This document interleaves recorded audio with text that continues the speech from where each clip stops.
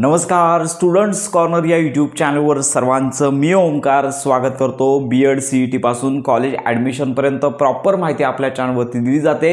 सध्या बीएड कॅपची प्रवेश प्रक्रिया आहे, तर याचे ॲडमिशन फॉर्म चालू आहेत। अनेक विद्यार्थ्यांचे फॉर्म आहेत ऑनलाईन व्हेरिफिकेशनसाठी पेंडिंग आहेत। अनेक विद्यार्थ्यांचे फॉर्म आहेत व्हेरीफाय झालेले आहेत। ज्या विद्यार्थ्यांचे फॉर्म व्हेरीफाय अजून झाले नाही आहेत तर लक्षात घ्या की फॉर्म व्हेरीफाय होण्यासाठी 3 ते 4 दिवसांचा कालावधी फॉर्म सबमिट केल्यानंतर लागत असतो। तर आता सध्या साधारणतः 16 तारखेपर्यंत बीएड कॅप प्रोसेसचे फॉर्म भरण्यासाठी मुदत आहे।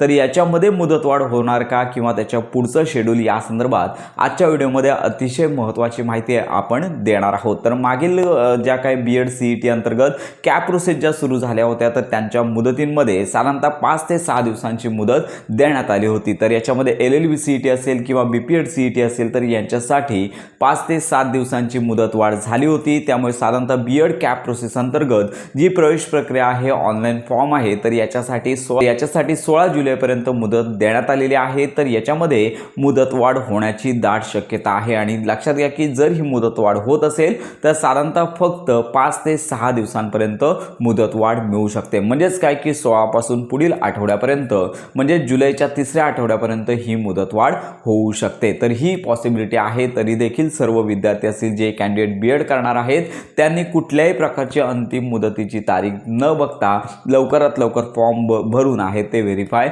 करून घ्यायचे आहेत। तर अशा प्रकारे तर ऑनलाईन कॅप प्रोसेस आहे तर याची फॉर्म नोंदणी 16 तारखेपर्यंत आहे। 1 आठवड्यापर्यंत मुदतवाढ होऊ शकते आणि याच्यानंतर स्वतंत्र कॅपचं जे वेळापत्रक आहे ते पोर्टलवरती प्रसिद्ध केलं जातं। तर जे स्वतंत्र वेळापत्रक येणार आहे तर याच्यामध्ये मेरिट लिस्ट कधी लागणार याची तारीख दिली जाते। त्यानंतर मेरिट लिस्ट आहे तर याच्यामध्ये प्रोविजनल मेरिट लिस्ट आणि फायनल मेरिट लिस्ट अशा प्रकारचे 2 लक्षात घ्या मेरिट लिस्ट असतात। मेरिट लिस्टमध्ये करेक्शन असतील तर ही संधी विद्यार्थ्यांना दिली जाते।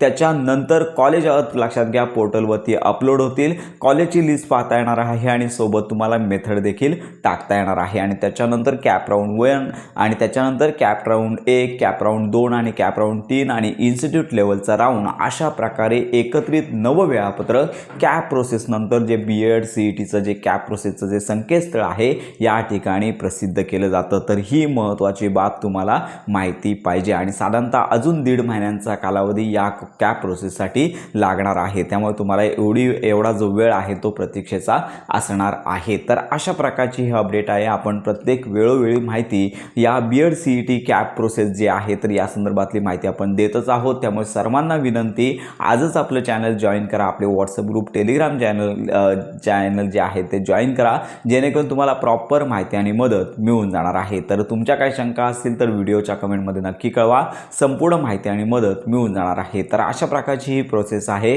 कन्वर्जन सर्टिफिकेट महत्त्वाचे आहे तर याची सगळ्यांना परिचय आहे तो येतच असेल। आपण देखील व्हॉट्सअप ग्रुप टेलिग्राम चॅनल या ठिकाणी कन्वर्जन सर्टिफिकेट दिलेले आहे। ज्यांचा निकाल लागलेला आहे निकाल आलेला नाही आहे यांच्यासाठी देखील आपण ॲप्लिकेशन लेटर दिलेला आहे। सोबत सर्टिफिकेट तुम्हाला अपलोड करायचे आहे। ज्यांचा निकाल लागलेला नाही आहे त्यांना मात्र अजून प्रतीक्षा करायची आहे। त्यांना निकाल लागल्यानंतरच फॉर्म भरता येणार आहे अशी माहिती हेल्पलाईनवरतून प्राप्त झालेली आहे। तर अशा प्रकारची ही महत्त्वाची माहिती सर्वांपर्यंत नक्की शेअर करा।